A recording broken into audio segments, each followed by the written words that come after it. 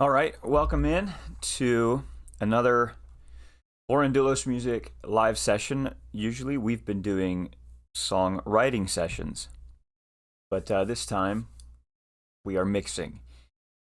As you can see here, I've got a piece that's got all the tracks pretty much finished. Now there is some other elements that I'm going to add into this. It'll be sort of a surprise, hopefully. We should get there today, and I'll add them in. They'll be kind of a last element, but we have all of the tracks here. First, I've got to log in to my music stuff because apparently I got booted out. I almost just said my password on live YouTube session. So as I'm doing this, I'll kind of walk us through what we have. So at the top here, we have what I call guitar reference. That is actually going to be the vocal track that was sent to me as sort of a scratch idea for how the guitar might sound for this track. This song is a intro for a podcast that a couple of friends of mine are doing, and they wanted kind of a high energy rock intro for this podcast. So my friend, who is a singer, he sent me this scratch track, or this idea that he'd kind of had of him like riffing, scatting on his phone. Okay, we're in. To give me an idea of what he felt like the direction of this song should be. Now, he told me that I don't need to stick exactly to it, but there was a lot of good stuff there. So what I did was I mostly did stick to it, actually. I'll play this now, and then what I'll do is, so I have this guitar reference. I put bass, drums, main guitars, a rhythm guitar. This is kind of like an arpeggiation for the intro piece. I also have a left and a right synth. These are two different things that are kind of filling in some space. I like to add background textures. And then this here is kind of the rough mix that I sent my friend before I started dialing in this stuff. Now, I'd already written the pieces, and so this My Hair Podcast intro is essentially it's the audio track that I sent them to say, hey, this is what I've come up with. Are we in the ballpark? And they seem pretty excited about it. So what I'm going to do is I'm going to play for you first the vocal reference that my friend sent me. Now, there was some tweaking that I did to this to kind of make the timing align, and some pitch stuff to put myself in the right area so that when I'm hearing it, it's easier to build out the pieces. What I'll do is I'll play that for you, and then I'll play kind of the rough mix idea. Just because if I play this now, some of this is actually mixed and some of it is not. So that's what we're going to be working on. But here we go.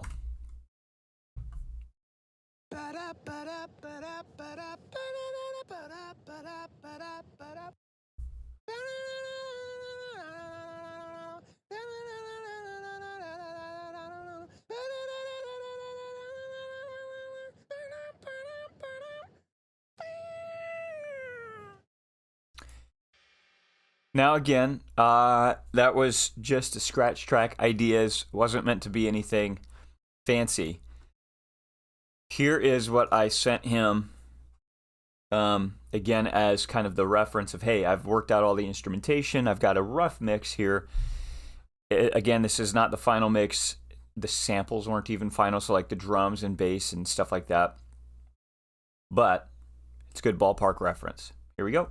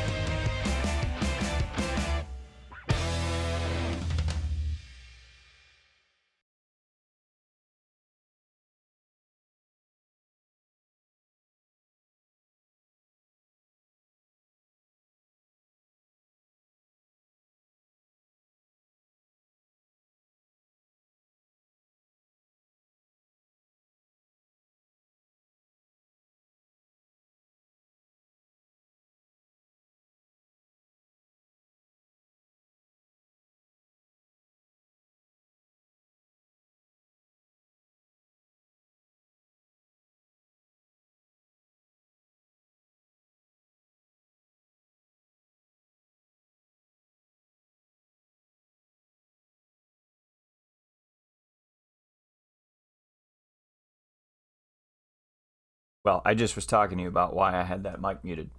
This is going to be a little bit of a dance for me today because, as I pointed to, these are the speakers that I'm using to mix.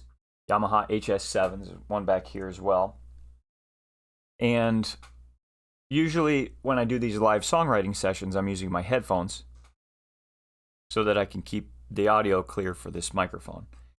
Because of that, I don't really have it set up right now to automatically mute whenever I play something from these speakers. So I'll have to be mindful about muting this mic whenever I play audio on the speaker. So there may be long swaths of me dialing in something where the mic is muted and I'm just listening back and forth. But the aim would be to not have any bleed from the speakers onto the mic as we mix. So I will say I am not a professional audio engineer. Mixing is not my favorite thing to do. It's something I've avidly tried to avoid having to do, but as is my personal case in getting started here, I haven't had funds to just ship everything off to get mixed. So as most people that produce music are doing, most songwriters, I'm having to also mix my own stuff. So I've got a pretty good grasp on the concepts, and then what I do is I actually have a ChatGPT session that I've actually created a GPT that has information about all of my room, my gear, my software.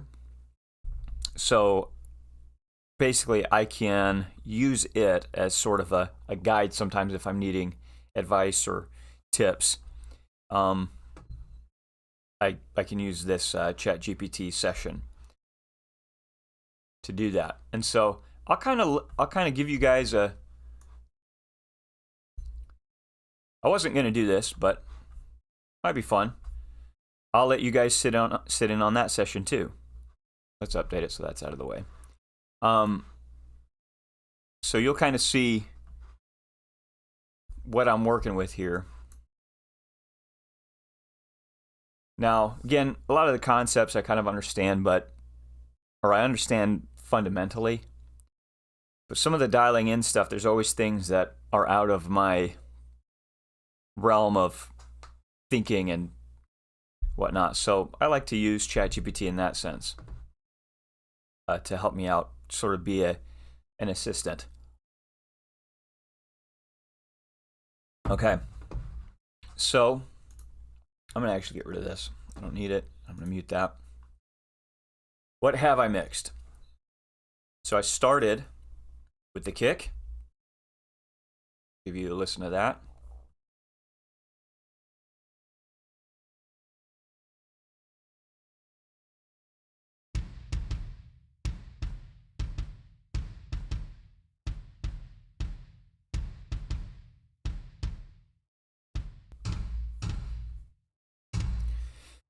I've done the snare, and what I'm doing is I'm basically going to solo everything that I have done because I'm kind of building out my mix. I'm not necessarily mixing one track at a time. I started with kick and then snare, and I'm layering in the instruments because conceptually it's better generally to mix things within the mix and to not just solo every instrument and then mix it, because then you end up going back and changing everything, because when you finish mixing every individual instrument, you turn it all on and it's not working. There's muddy spots, there's lacks of clarity, there's boominess. And so generally I'm kind of starting from the ground up, kick, snare, and then I did bass. So what I'm doing is I'm soloing each of those because that's how I mixed it. So when I got to mixing the bass, I had kick and snare soloed, and then I soloed bass so that I had that actual full mix in relative to the instruments that I did mix, so that I could put those together. So I mixed kick, then snare, then bass.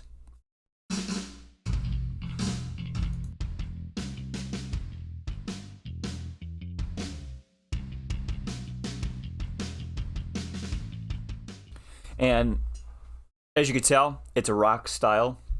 So I've got a nice kind of sizzly, slightly trashy and ringy snare. Not too much ringing. Nice punchy kick. A lot of slap, click, and sub action with it. Not as much in the mids. The bass is very gritty, very grindy. Pick, quite a bit of overdrive on it. So then, after those, I began to mix the guitars, particularly in this section here. The left and right guitar, they're actually playing the same line. It's kind of the lead line. And instrumentally, like as far as non-rhythm, they're really the focal point. And so I wanted to mix them so that they could sit really in the ideal spot of the mix. So I mixed left and right. I'm going to go ahead and just put them together for your sake. Here's what it sounds like now. This was, again, as I went to mixing these guitars.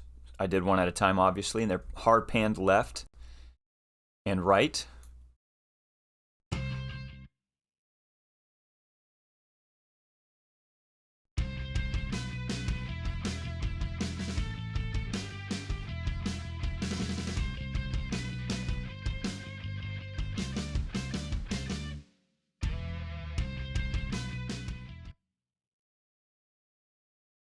So then I went ahead and added the rhythm guitar. Now this rhythm guitar is really just filling in space. It's not a prominent part of the mix. So overall, when the full mix comes together, this really shouldn't be very apparent. What I'll do is I'll turn it on and I'll turn it off while we're in the mix so that you can hear. It definitely, I'll start with it on, and you'll hear mostly, hopefully, the drums, bass, and the lead guitars. And you'll be able to tell that the rhythm is there, but it shouldn't be sticking out. And then I'll turn it off, and what you should feel is like, whoa, actually, it's surprisingly helpful to have that in the mix. So, here we go.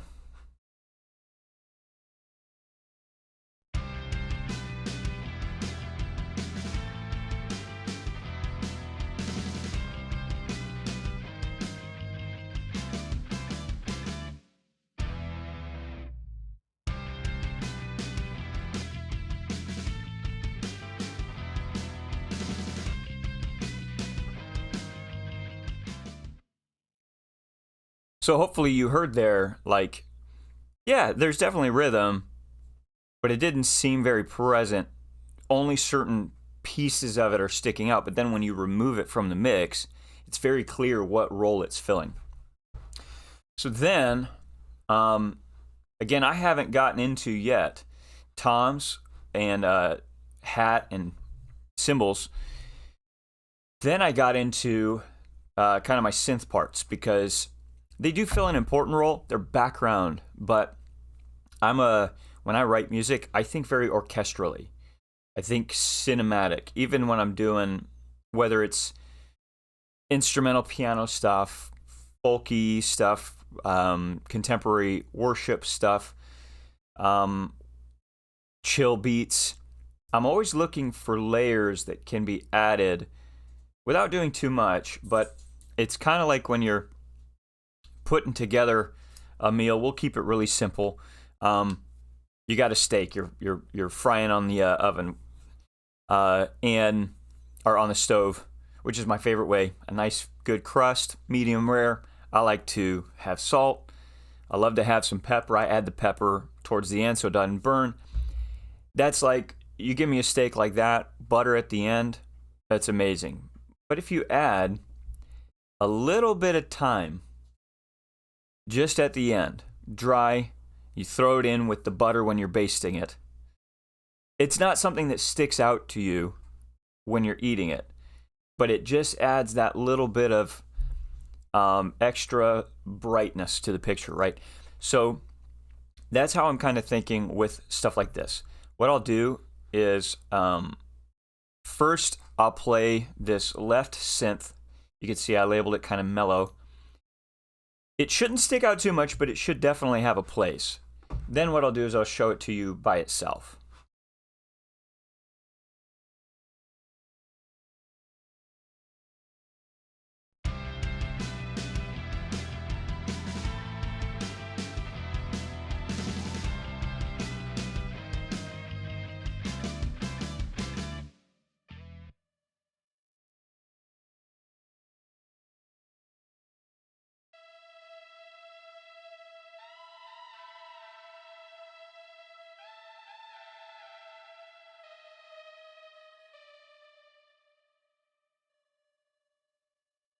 So maybe you heard that initially, and you probably heard it on the spots that were like right here. Because it kind of sits in a spot that gets kind of buried by the guitar, and that's actually intentional. So I'm using some processing that actually helps bury the frequencies that the lead guitar is taking up. The reason why is because this shouldn't overtake it. Now you'll hear there's some gritty digital fragmentation that's happening that doesn't really stick out in the mix because it gets buried by the distortion, but it's just enough to keep it from being too organic feeling. And this is kind of my friend doesn't know I'm doing this, but this is kind of just a creative thing that I'm adding to it for personality. My friends grew up in the generation of it was my generation, but Mario was, a very prominent game during sort of our upbringing. Sort of those 8-bit games turning into N64 sort of stuff. And so I wanted to add a little bit of creative seasoning, so to speak.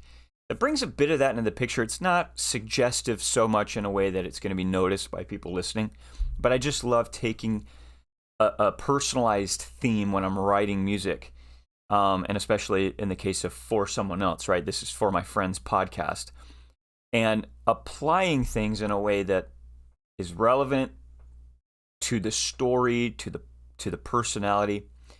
The other thing is, I wanted something that took up some of the sonic space in a melodic sense, where other things ended up lacking. Or not lacking, but just taking a break, right? So you might get some bleed here.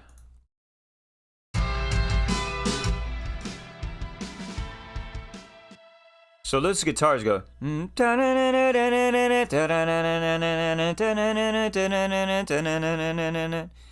So they have 3 notes in each segment, right? And that last note goes a bit longer. So I wanted to add something that slightly panned off to the side, is almost like a little bit of something that brings more life into that slightly less active moment. And you don't always have to do that. It's a dance in filling in the right space but not overdoing it, right? But I felt like this was a good way to use this.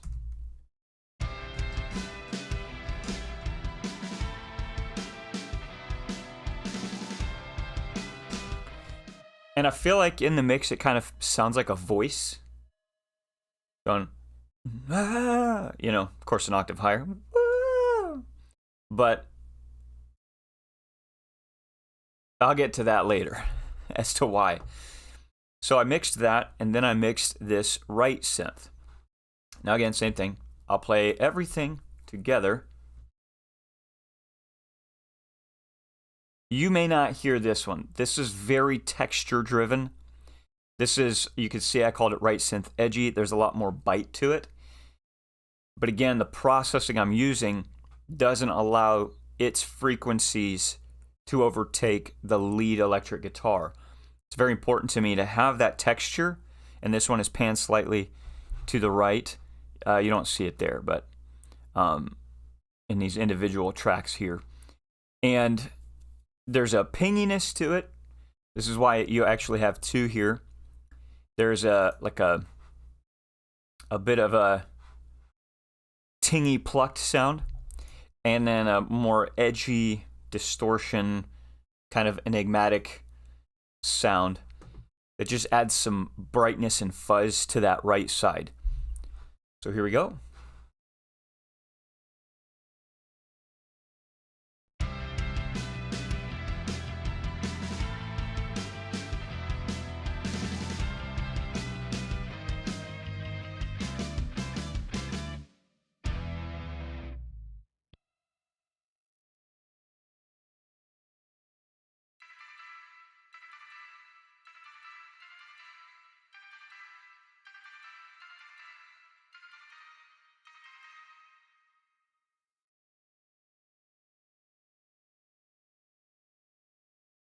So there it is. Now, something I noticed. So this was the last thing that I mixed before I stopped for the day. Something I noticed in that mix that I don't really like, there's a kind of a higher mid-range frequency. It's a little too... It's just too much. So I'm going to pull it out. It sounds like it might be in the reverb. So there's a lot going on here. If you look on this left side, there's a lot of processing on each of these. There's maybe easier ways to do this, but I just kind of generally have an idea of where I want to go with the sound, and I kind of work my way sandbox style to figure out how to get there. And in this case, I want a little more shimmer, a little more brightness, a little more edge, a little less of this round frequency that I'm hearing.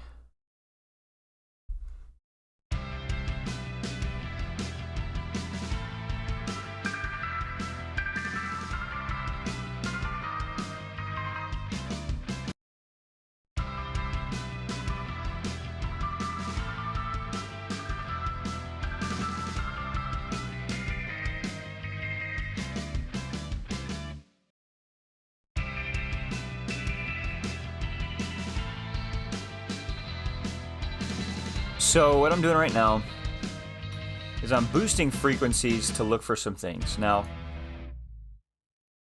I'm actually not just looking for the thing I want to cut. There's also something lacking that I may want to boost after I cut the other thing. So what I want to cut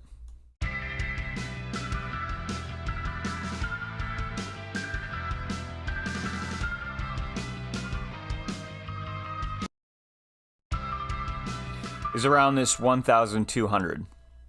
Now what's curious is there's a 1,400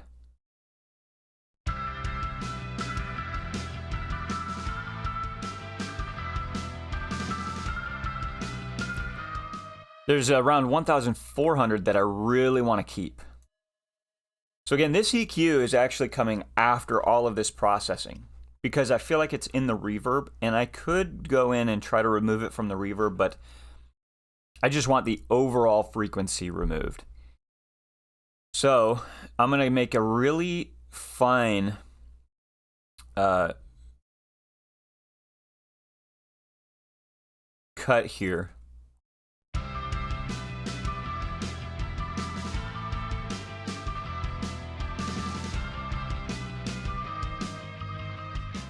And hopefully you're kind of hearing what I'm hearing. I'm going to remove that.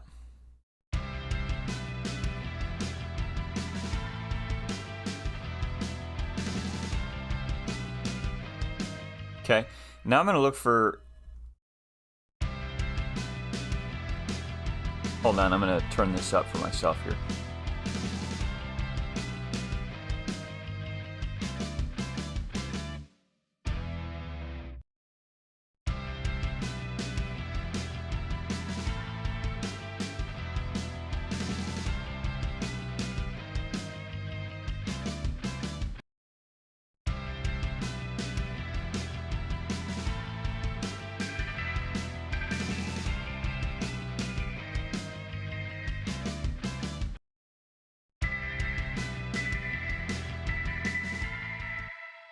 So there's also this frequency around 25K that I really want to cut as well. It's a little too harsh, and it's not adding anything to the transient or really the character that I'm looking for in the sound. But it is kind of bringing less enjoyment on my right side here.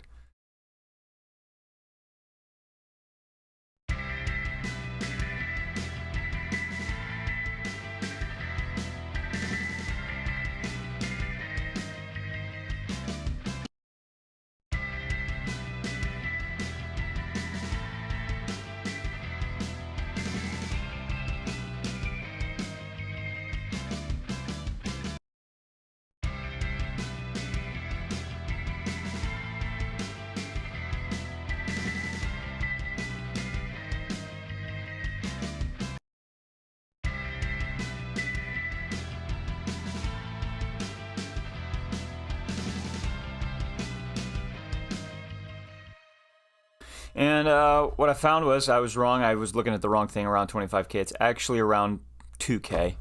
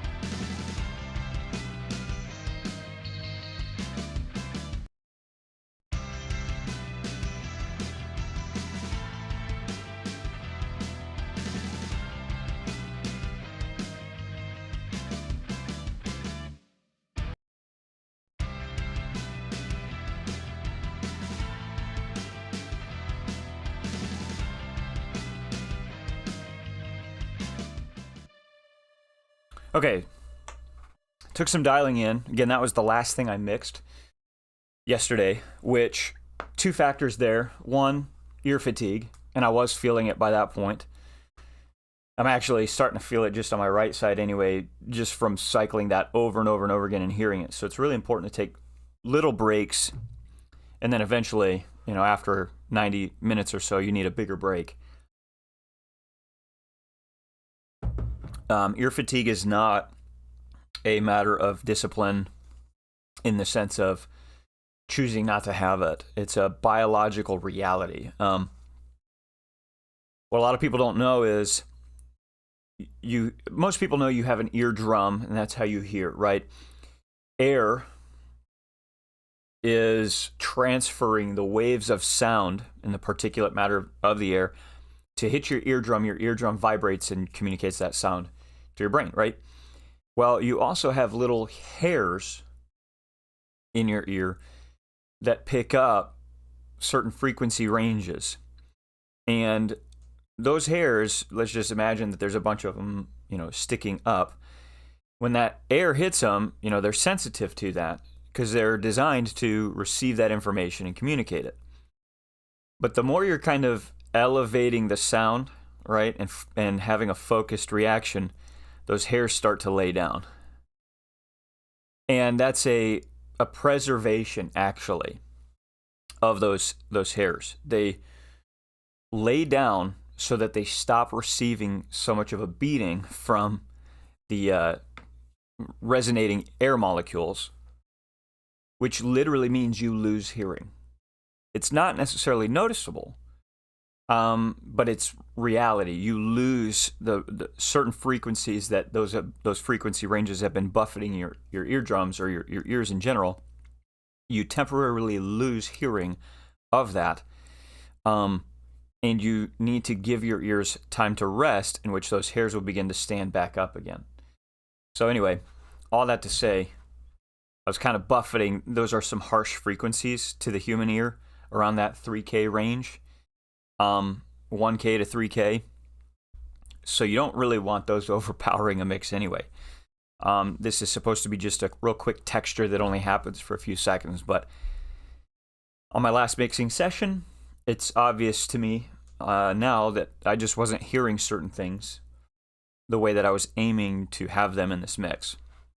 And now I've kind of tightened it up a bit.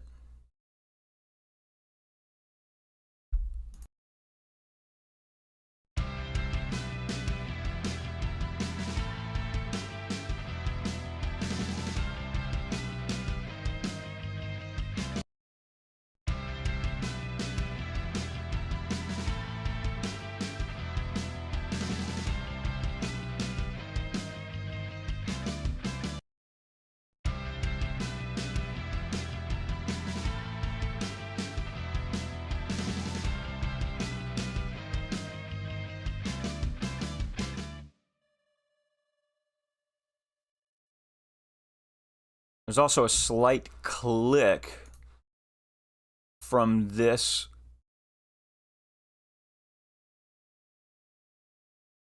plucking instrument in particular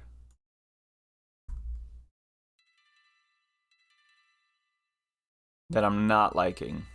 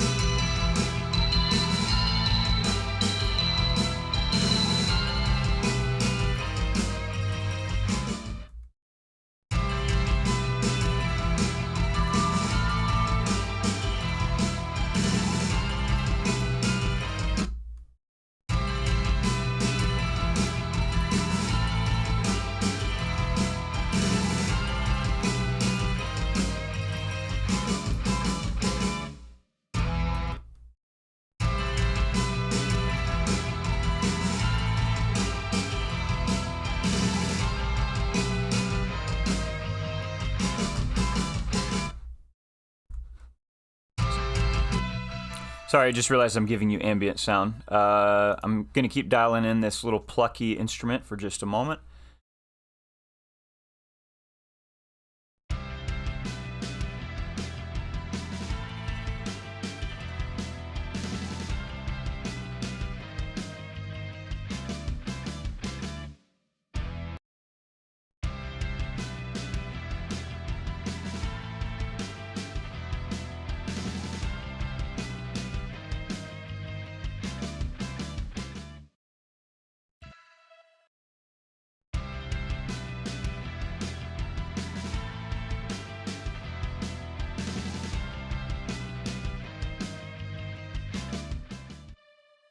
Okay, so that's pretty much where I want it, but there is this curious thing that happens here where these notes stick out a bit more at the end. So again, I'm blending two different synth sounds. I don't really want this super plucky. I just wanted a touch of that plucky sounding transient. But this grouping right here hits a little bit louder than the other one. So I'm going to pull this down. Now you could always, oh, I don't remember what I had that at. I just pulled the wrong thing down.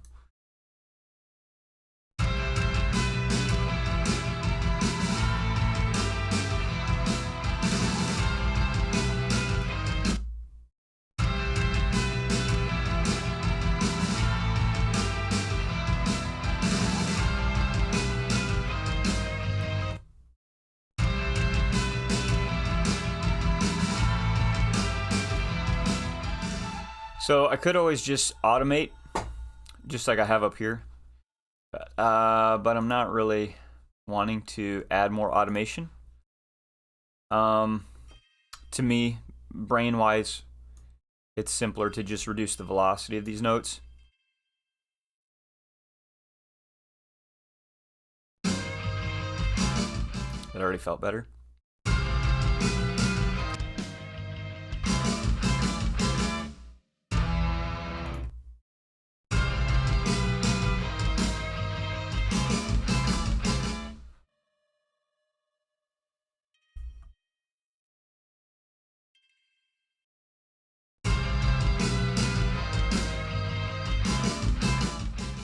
Okay.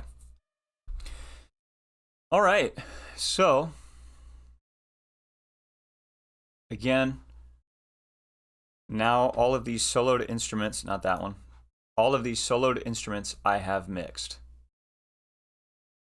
It's bass, kick, snare, all the guitars, and these two synths. So listening from here,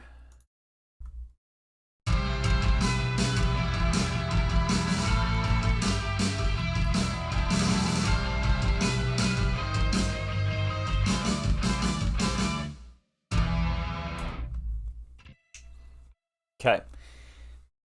Now, here's another segment that I need to mix. Now, most of this should be just fine, but there's a couple of nuanced differences here. This little first part of this intro, maybe I could call it the intro of the intro. I've got a different guitar line. I'm probably going to have to separate these from these actual tracks, because I might have to change the tone of these guitars.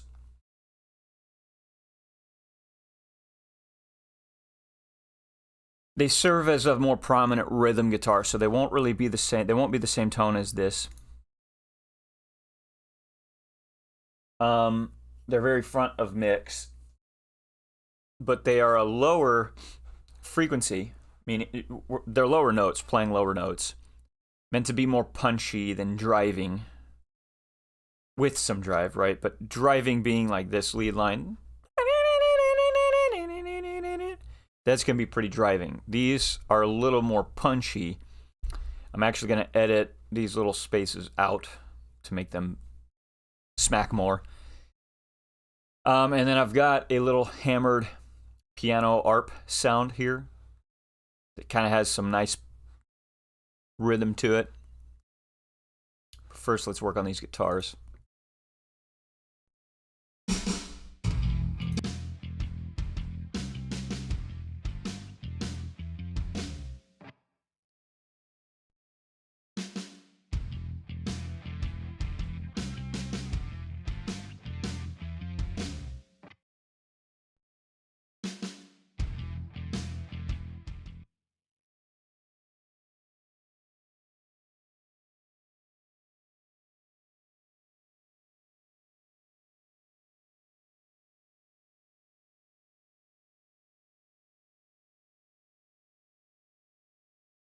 So right now I'm doing a bit more editing than mixing at this very moment. And I'm just cutting, I have a noise gate on it, but there's some overlap.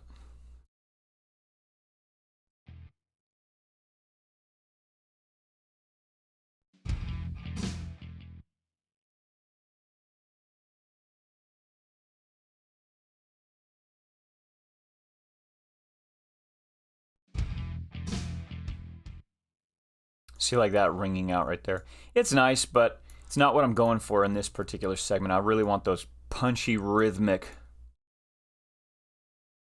that punchy rhythmic feel.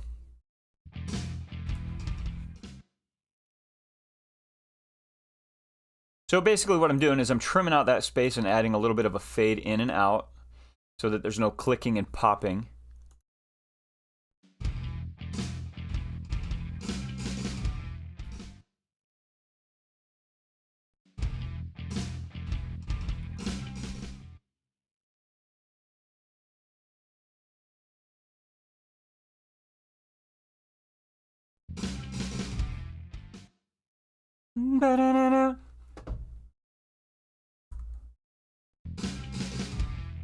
Yeah, I'm gonna have to mix these a little bit different. There's some other tones I want, so what I'll end up doing is adding these to a different track so that I can adjust it.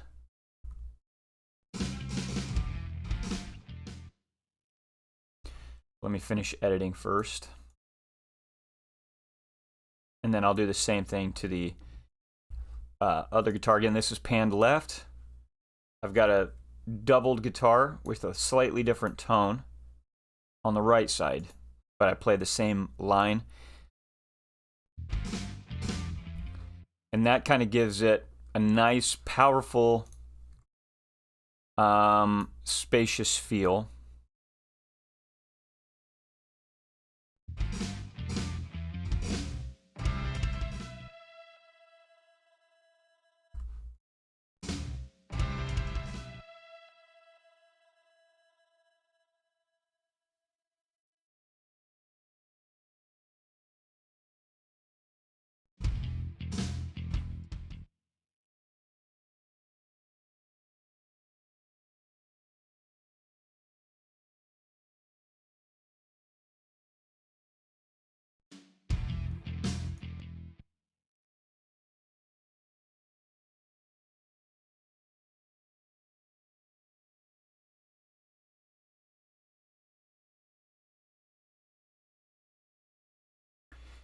The other thing about doing guitars like this, meaning, so a line like this that's kind of punchy, rhythmic.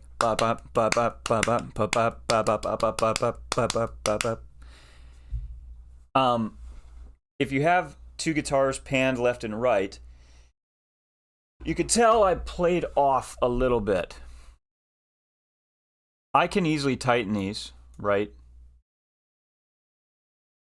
But I actually like a slight variation when it comes to, or variance when it comes to the rhythm, because like drums, you got a couple of people playing drums, or you're playing notes with both hands at the same time.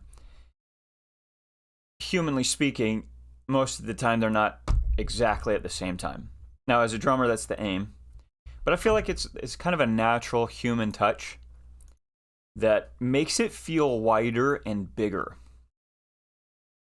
You know, if you got, let's say you've got a drum line and you got 4 different drums being hit at the same time. If they all smack right at the same time where it's indistinguishable that it's multiple drums, sure, that's going to be a really powerful transient and follow through, sustain. But if they all kind of, right, instead of, even that was a bit odd. See, the difference there, it feels bigger. It feels like more is happening. And that's kind of what I'm going for with the guitars too. Slightly different product that you end up with, so it's got to be done tastefully. It can't really be sloppy. And you're kind of listening more to almost like the phasing. It's not really the right term. But, and it might be actually. But listening to those together,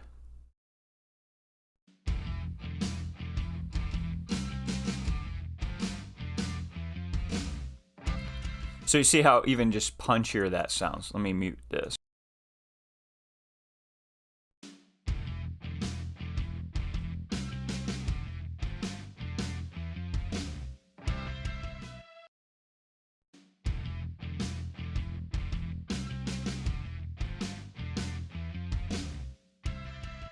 Just removing that space. And again, they are slightly off in time, but it doesn't really sound noticeable, and it's mostly there's some width added.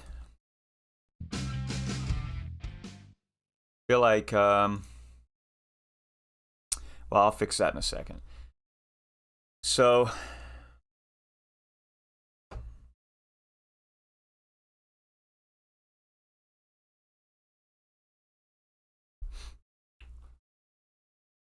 what I'm going to do is I'm going to create a couple more tracks.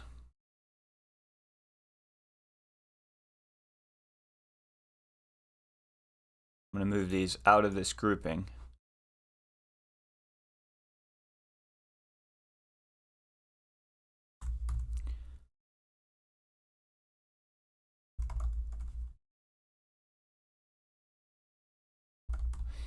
Wait a second. Oh. I got you.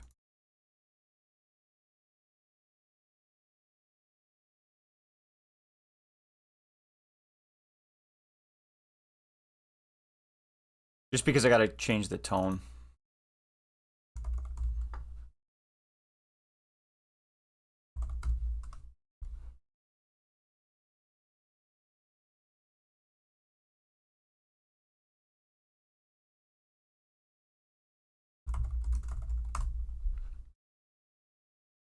Assign different colors.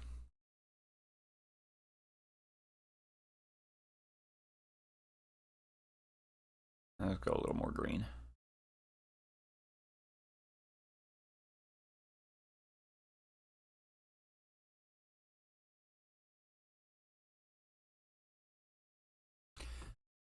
And then, whoa.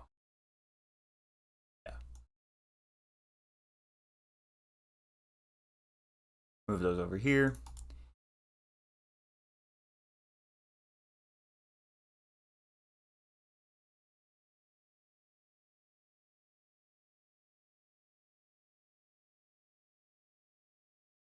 Okay. So what I'm looking for in the mix here, start with, I got to solo everything I've mixed again. This isn't necessarily how everyone does it, but for me, it helps me not have to undo a bunch of stuff later.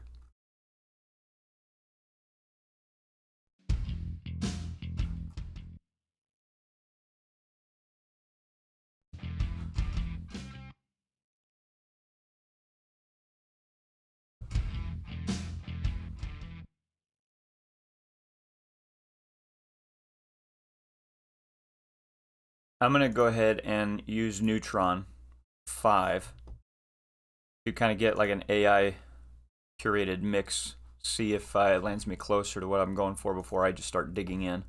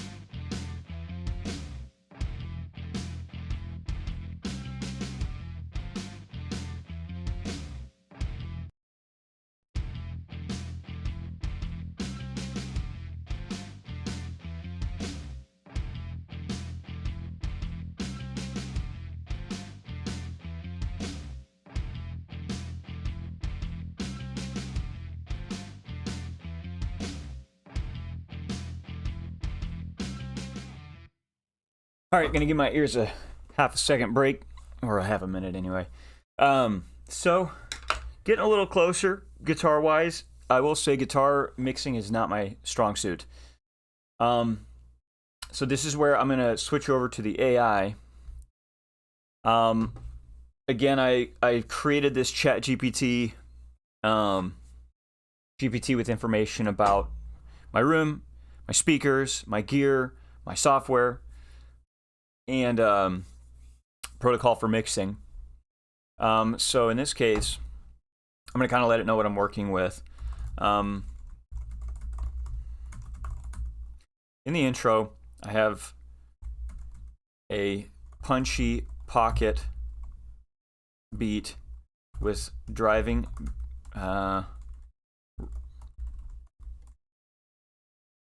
rhythmic bass and electric guitars. They match rhythm between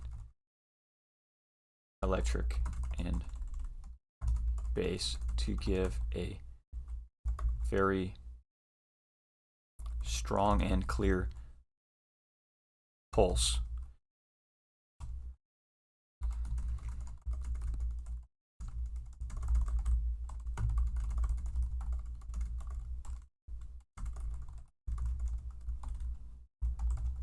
I recorded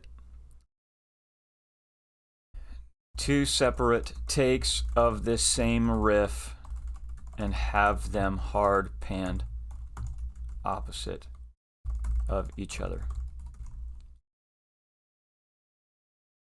And then what I like to do is give ChatGPT a little bit of a picture of the EQ. Now this is a little trick I thought of. Now again, ChatGPT can only do so much, and sometimes it steers you wrong. So you've got to be able to know what you're looking for. But sometimes it points out valuable information.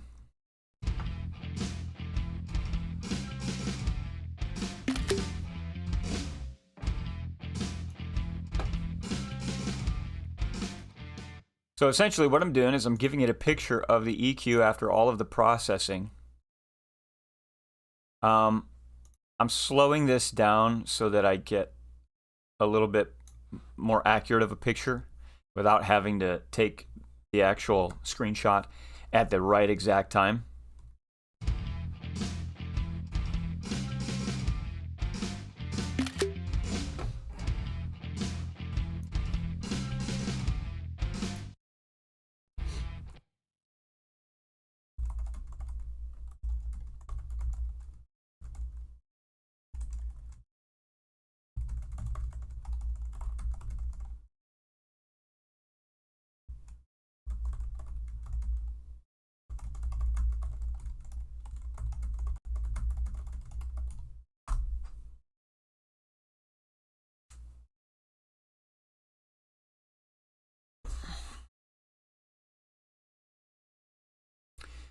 So I said, in the intro, I have punchy pocket beat with rhythm, bass, and electric guitars. They match rhythm between electric and bass to give a very strong and clear pulse and drive. I want to really feel the punch of the electric guitars. I recorded 2 separate takes of the same riff and have them hard panned opposite of each other. I provided photos of the EQ after all of my processing so far. First photo for the right guitar, second photo for the left. Gives me an analysis of the processed guitars, saying your EQ curves show well-shaped high-pass filtering and strong mids and controlled high end. This is a solid foundation for punchy driving rock tone. So let's enhance the impact further. Transient shaping, more attack for a punchier feel. If the guitars feel too smoothed out, which that's a bit of how I'm feeling, it's not something I thought about until it said so. Again, I'm not a sound engineer. This is just stuff that I've been learning for years as I've had to mix my own stuff. If the guitars feel too smooth, try adding the transient shaper, boosting the attack slightly, 2 to 4 to emphasize pick attack, making the riff feel sharper. If the sustain is too much, it might be, reduce it by 2 dB. Okay, so let's try that. So here's the thing. I have equalizer, sculptor, compression, density, and exciter for 1. which is a reference to the transient shaping. Where in line would I add this shaper? So far, neutron's line is EQ, sculptor, I think compression, yep. Compressor, density, exciter, in that order. This is information I don't know offhand. My guess is that it would be on the front end or after compression. Oh, it says before the compressor. So, I was in the ballpark, but very wrong. It goes right before the compressor. So what we're going to do in Neutron, add the transient shaper. We're going to scoot it before the compressor. We're going to use a sharp, and let's start at about 4.5, and let's lower that sustain by about 2. Now we're on the right side, or the left side. Oh, yeah, I should be on the right side. That's the one I'm working with.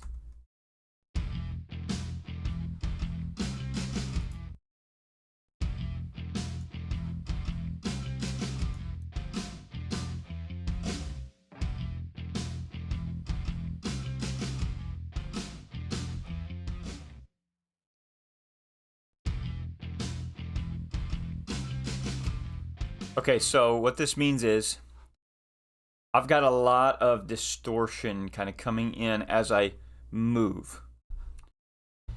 So to really dial this in, I've got to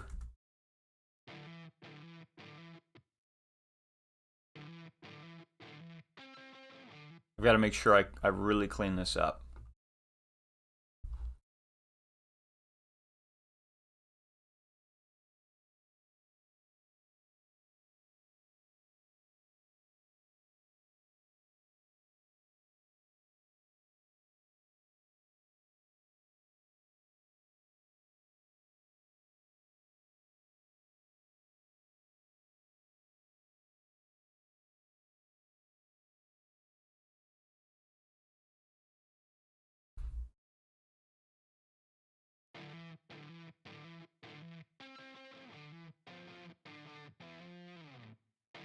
Might be a little harsh on the removal of sustain, but I need to hear it in context again.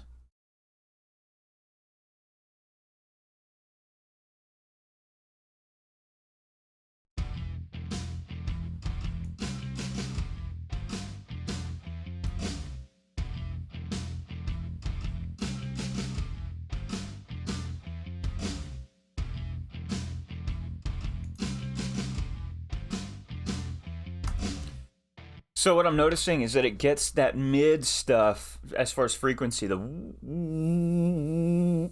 really ducks that out of the way after the initial punch, because it's really overall just lowering the volume. Let's see what else it suggested. Parallel compression.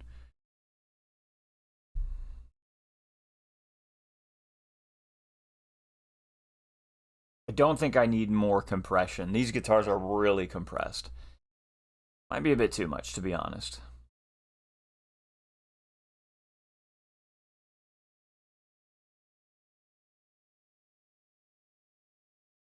To glue them together while keeping width, add a low monosend to a subtle room reverb. This will make them feel huge, but still locked into the groove. Okay, all right. That's interesting. I've never done that before. Let me add the transient shaper to this other one first.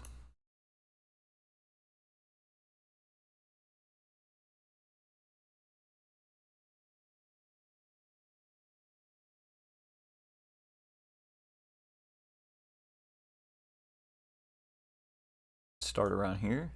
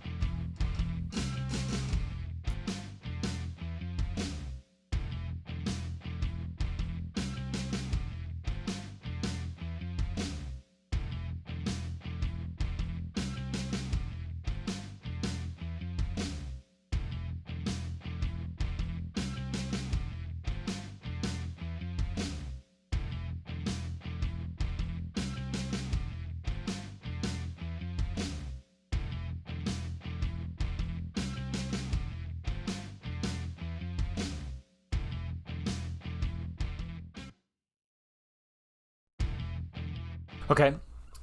So now let's try this trick. This is a new thing for me.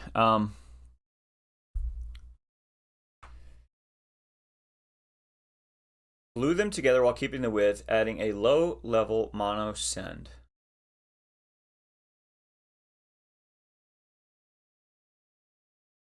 So I'm assuming that I'm sending both of them to the same spot, to the same send. So let's give them 31.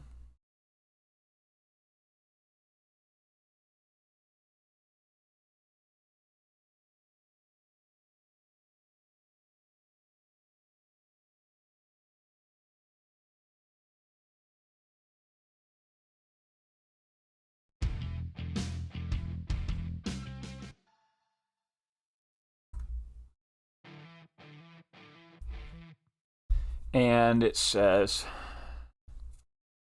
add a low-level mono send. Obviously, we'll lower the mix to add a subtle room reverb.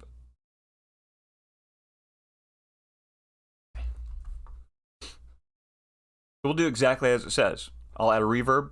I'm going to use Space Designer, and I'm going to use a room setting. I don't need a big fancy reverb for this. Small rooms. I think it said 0.5 to 1. Yep. 0.5 to 1 second decay. So, small room. Let's see.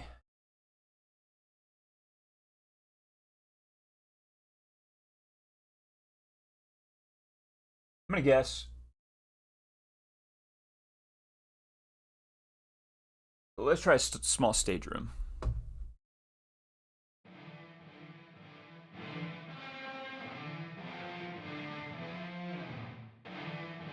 Oh right, this has got to be mono.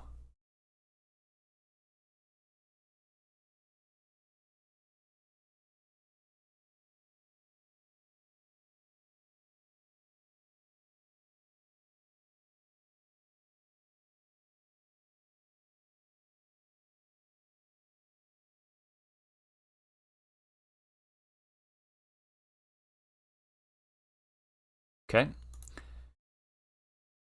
I've been working with Logic for 8-9 years. I don't know why this isn't letting me just do mono out, so what I'm going to do is directional mixer. And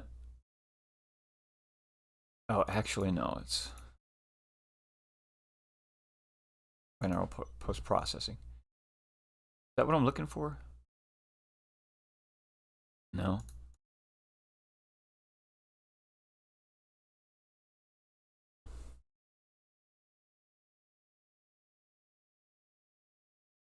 I think it's gain, actually. Yes. Okay.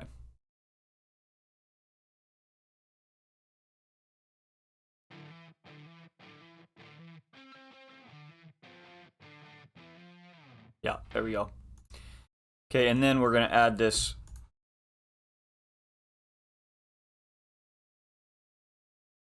reverb.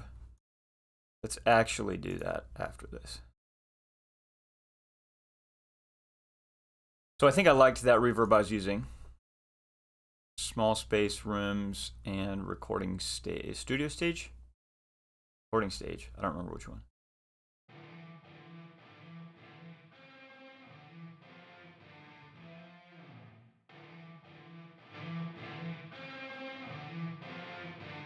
Okay.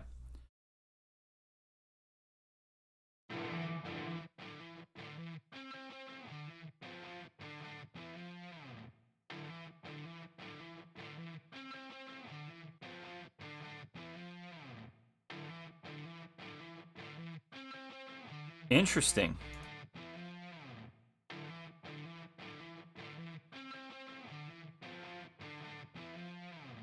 So, I don't know if you're listening on YouTube, you may or may not be hearing what I'm hearing because this is very subtle. But if you have good headphones on and if the quality's coming through good, then this really does glue it together, and it actually makes it feel more powerful. My thinking was it would be a little more washy and harder to distinguish the impact, but that's not the case.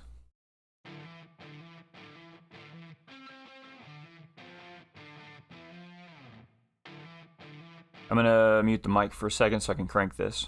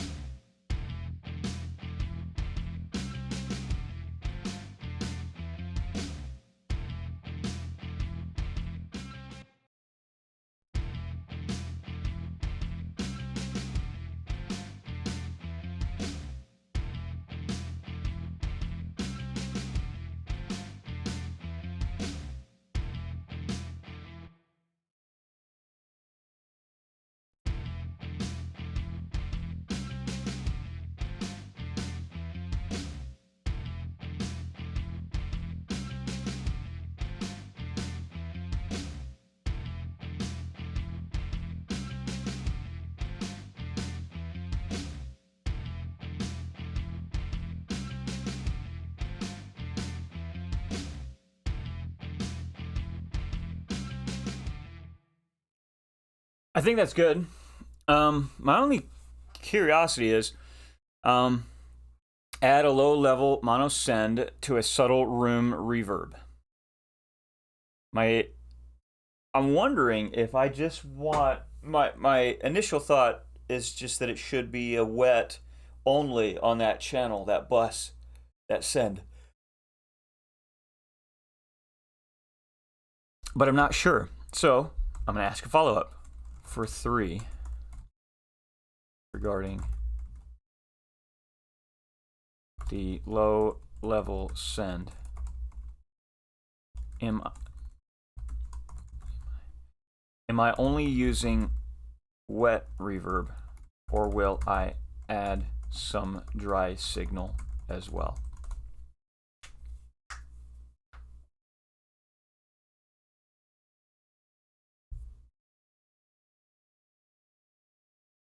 Okay. Yep, only wet, not dry.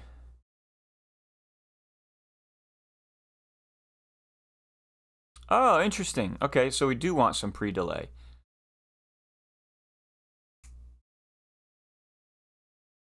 Okay, let's do some EQ. That's a given, but I should have thought of that. All right, so let's cut that muddiness. That's easy to do here. We do a 12, and we're gonna go up to 300. 290 is good. We're gonna add a pre-delay. Start at about 15.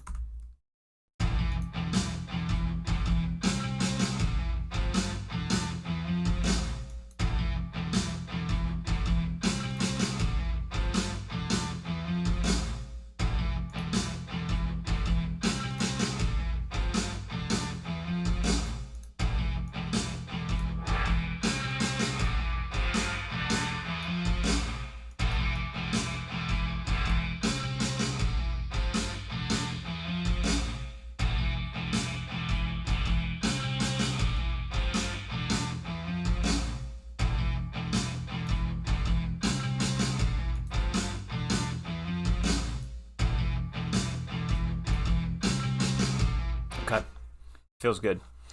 Do the guitars feel wide but not disconnected? Is the reverb subtle enough that it adds glue, not a wash out sound? Do they punch through while feeling more cohesive at the center? What I don't know is if I'm underdoing it.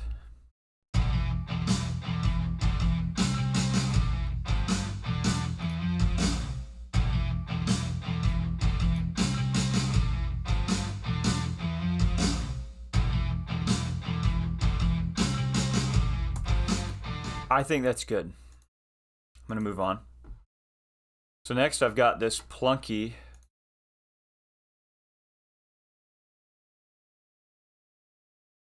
synth, this hammered piano. Let's hear that.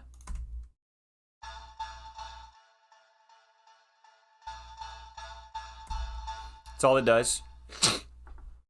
Now I can tell it's definitely going to compete in some of those decaying elements with the distortion of the electric guitars. So we'll want that removed for sure. Oh, I already set it up to do that with this Neutron 5 unmasking. Yeah. Wait. Oh, but I changed this, so I need to make sure I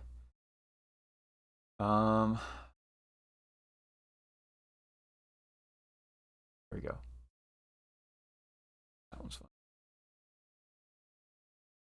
Yeah, because it's slightly on the left.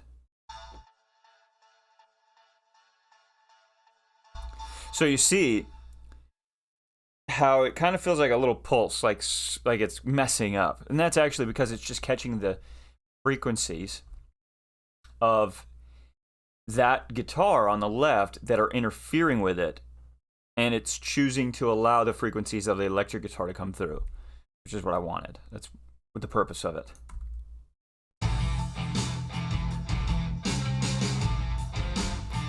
Still too buzzy, that's for sure. I'm gonna...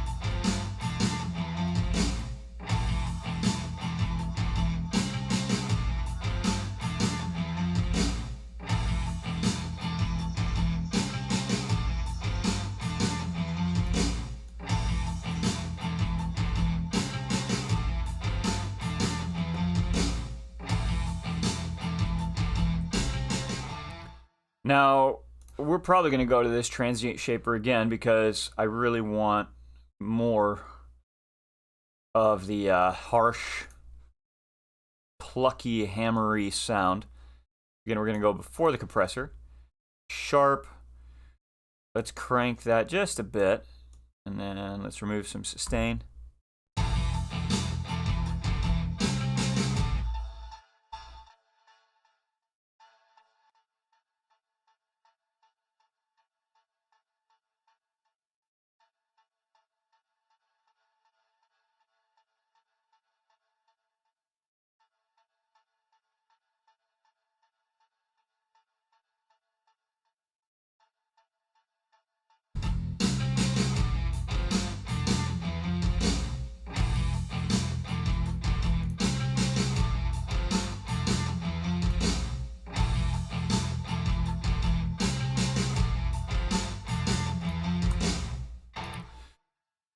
So I'm having trouble with this one in terms of like knowing exactly what I want.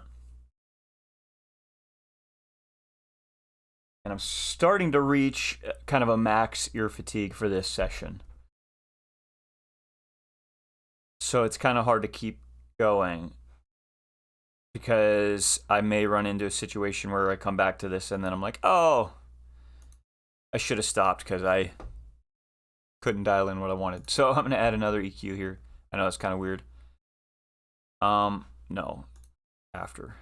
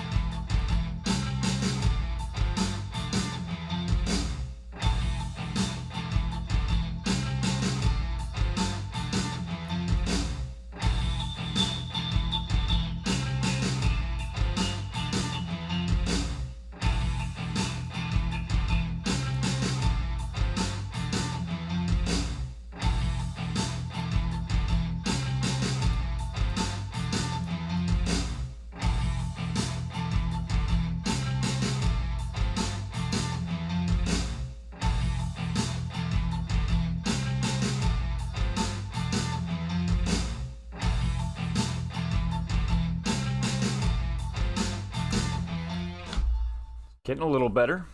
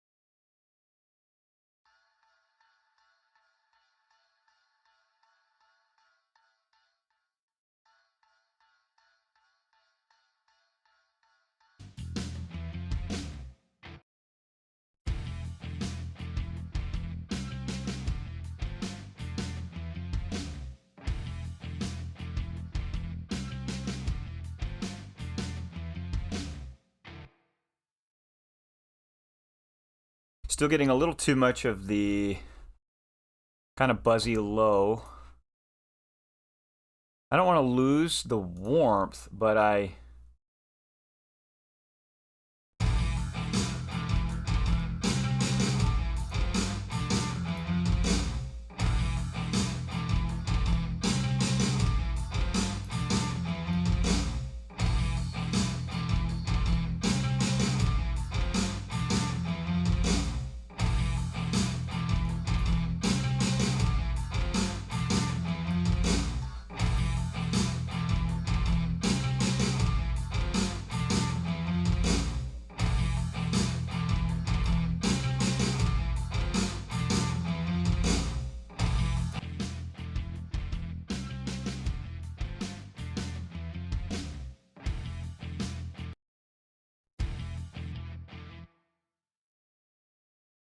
Okay, that's going to be it for today. Um, ear fatigue is. I'm at a point of probably diminishing returns, so I need a break. Give my ears a rest. It's one of the hard parts with music is you find yourself in such a groove and with a momentum and an energy that you want to just take it on. But sometimes you just got to take a break. And writing is one thing, right? If it was just writing music, that's something you could push through a little more, right? You can, as I've done many times, stay way past how long you're supposed to or stay up way later than you should writing. But when it comes to mixing, that's just not something you can do. Again, as I touched on earlier, ear fatigue is a biological effect. It's not a mental hurdle to try to climb over. So, just comes a point in time where you gotta let it go, let it rest. So, Command S. We'll listen through one more time. Again, I do not have the toms and cymbals mixed in yet. Bob says, sounds good to me. Glad you're keeping it up. Enjoy the weekend. Thank you so much, Bob. You too. I'm having a blast. Again, just as we close off today, this is a piece that one of my friends, him and his brother, who's also my friend, but a friend I've known for a long time, known his brother for not as long. They're wonderful people. Have an awesome podcast coming out. They asked me to write the intro for it. They wanted something rock, something high energy. Don't copy my password. Here we go. This is from the top. Again, toms, cymbals, and hat are not mixed. But I'll bring them in as far as levels. And this will close us out. Actually, let's do a little A-B. Here's what I started with. Just the vocal reference that my friend, he's a singer, said, hey, here's what I'm hearing, like an electric guitar kind of style. And I edited it, made it into a scratch track.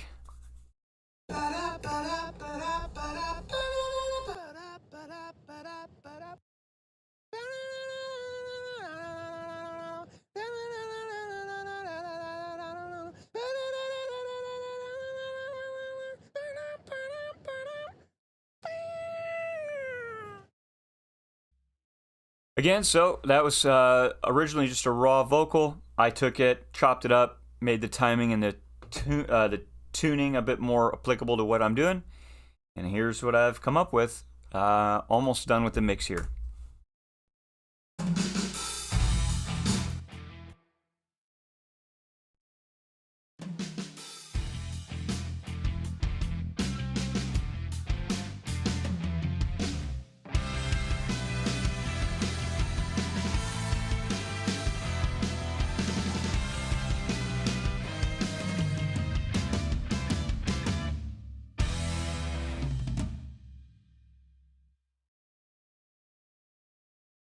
All right, that's it, guys. Thank you so much for tuning in.